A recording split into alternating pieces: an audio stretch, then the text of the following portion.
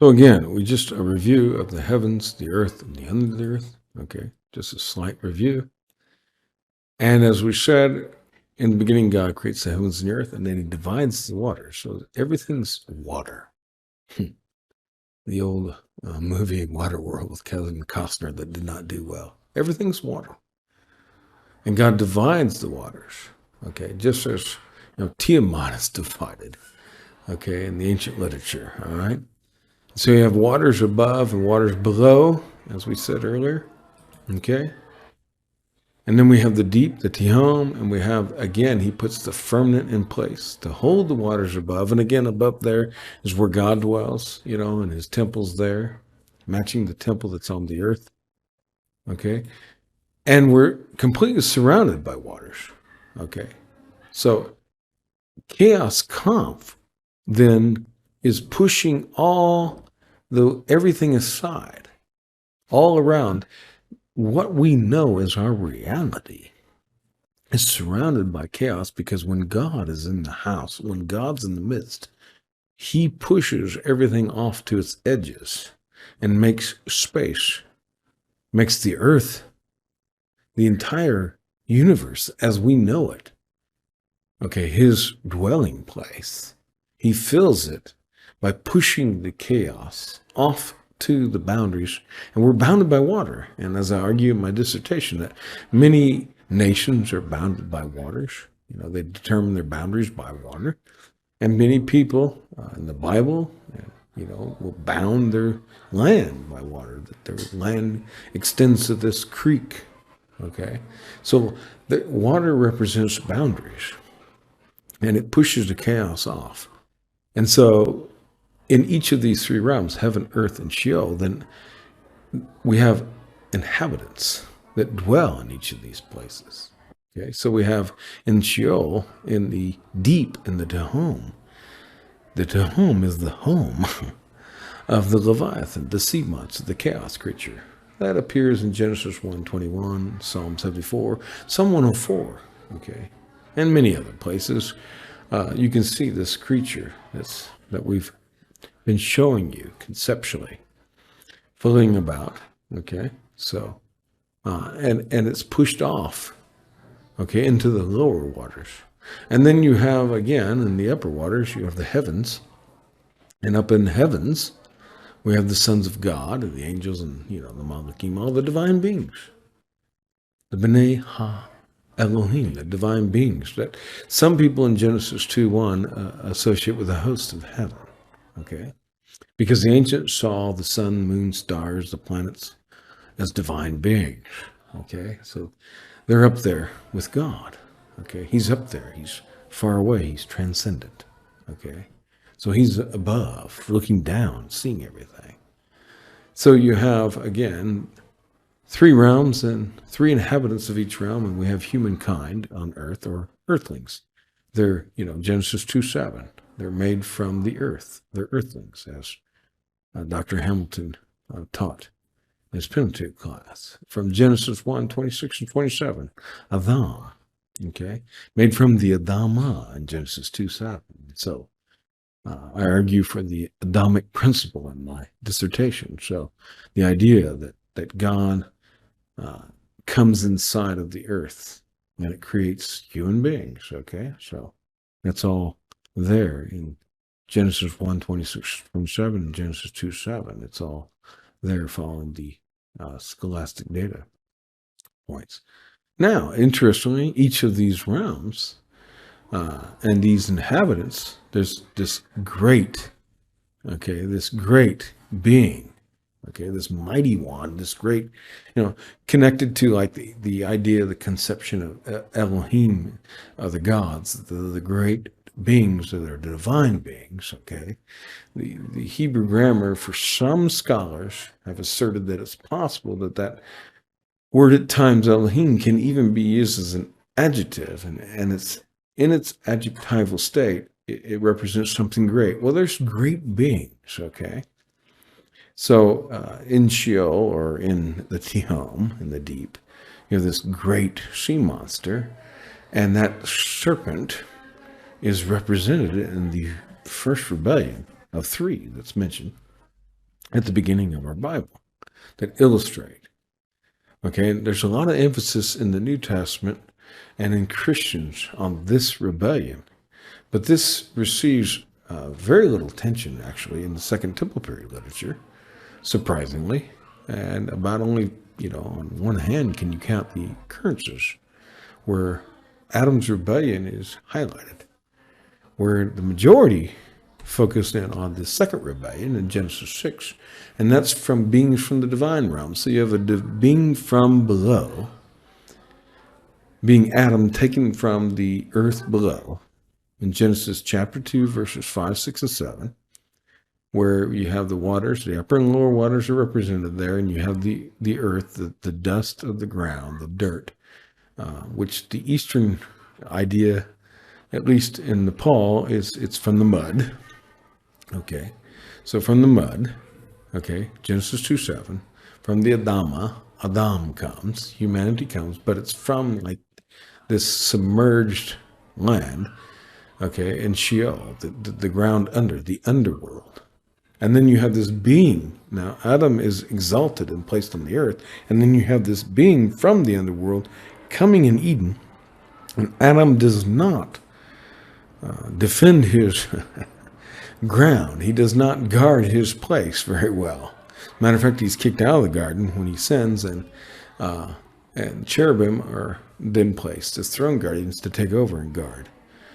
So he's supposed to be a gardener to guard the garden. Okay, it's supposed to be a safe, sacred space out of which all life exudes into the wild wilderness outside. And so this serpent comes up and rebels, and then Adam falls, and that's the first rebellion. The second one is beings from above, from heaven, come down, and again they breach their boundary, they break away from the boundary, and they bring knowledge that's not correct, and teach people to do things that are not correct. And you get the major focus in the Second Temple period in like works like Enoch and Jubilees to describe all this. Okay, and you can even go further in some of the literature in Second Temple, like Life of Adam and Eve, get into some of these things. So to understand, and then finally you have in Genesis 11, humankind rebels. And in Babel they're building, and then turn around in Moses, in the book of Exodus, they're building for Pharaoh, and if they're building, I don't know, these monuments, or they're building pyramids, or what they're building, but they're building all these monuments that are really mementos of the dead ones, the great mighty ones, the pharaohs who was supposed to be God incarnate on the earth. But anyway, they build this huge ziggurat trying to repeat Jacob's ladder. Well, not repeat it, because Jacob's ladder hasn't happened yet, but you get my point.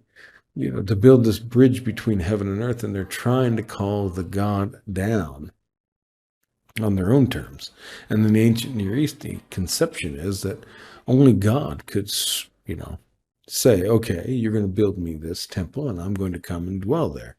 It could only be done if the God permitted it. And most of the time, the gods institute it. Okay, if a king like David wants to, he has to take permission, like from the prophet, who then asks God's permission. And usually, like Nathan, he thought, well, yeah, sure, as much success as David's having, I don't know why God would not bless David with this. So Nathan goes ahead and speaks for God and says, yeah, you can do it, but then finds out later, no, you can't. So it's divine prerogative that you can do this. And in Genesis 11, they do not have the divine prerogative. Okay, they do not have the divine prerogative to do such a building. All right, and so then they rebel by virtue of trying to put God in their own box without his permission that he wants to. So they figure that if they build the stairway to heaven, then God will come down and dwell in their temple, and then they can control the God, in a sense. And it's the other way around. God should be controlling them, and God has a mission for them to go to the ends of the earth, to spread out all across the earth, and they're not doing that mission. They're huddled, in one place, and they're supposed to go out. So they're actually in rebellion. So it's a rebellion of humankind to try to storm the heavens. So it's kind of interesting. So when you put all these together, okay, then you begin to see what's going on, okay? And hopefully, I can do either future videos if people request them to go deeper into some of this. I only had limited space in my dissertation, okay? So I was sad about that because it was at a small university, but I was able to do it at least while I was serving in Nepal.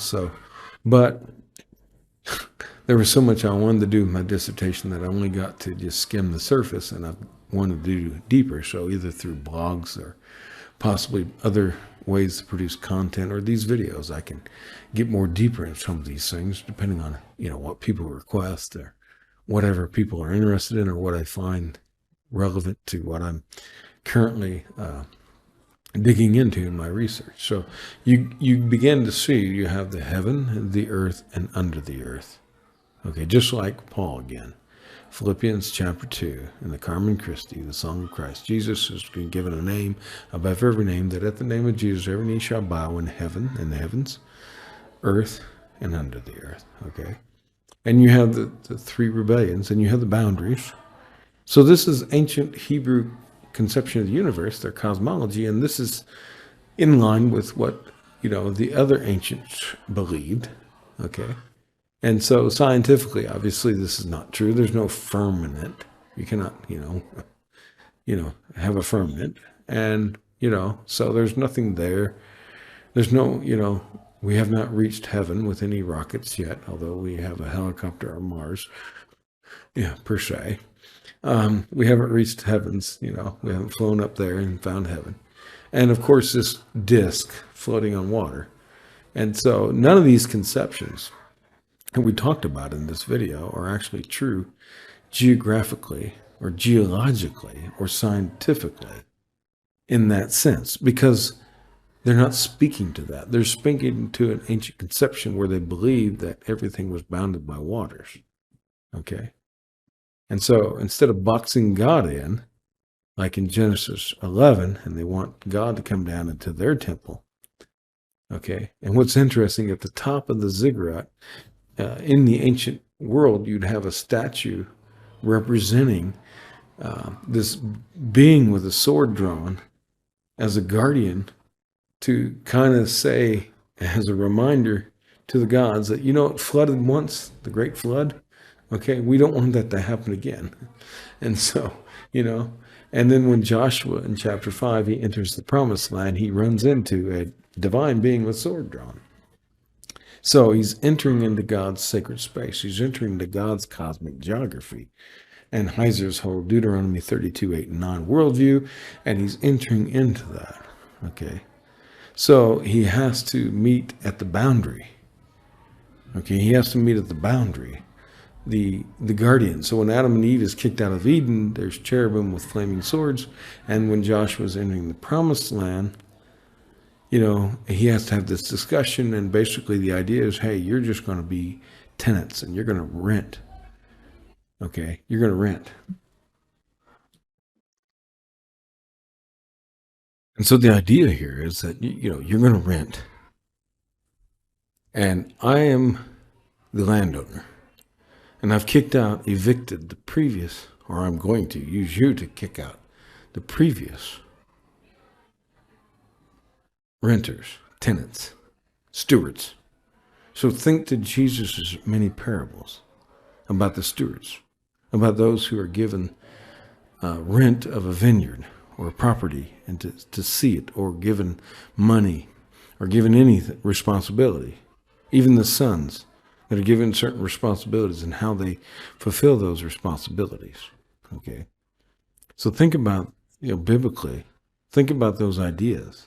Okay, and here in Joshua 5, as Joshua's entering into God's cosmic geography, his holy land, they're going to evict these people, okay, and follow Deuteronomy 32 worldview from Heiser, and Heiser's whole discussion of the Nephilim and everything there. Kick those people out, and you're going to dwell as my vassals, as my viceregents, like Adam.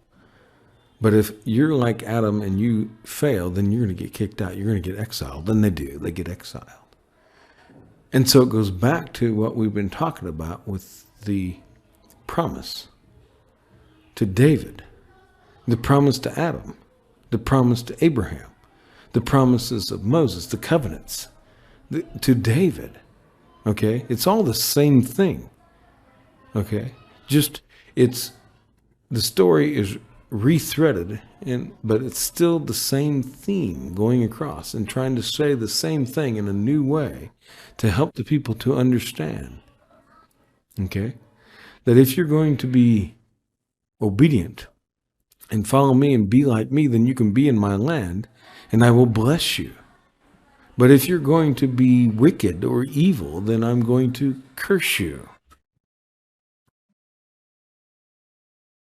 And so it's in the exile. It's in Adam's exile. It's in this idea of turning away from God that they enter into chaos. And in the garden, the whole plan was God wanted them to go out.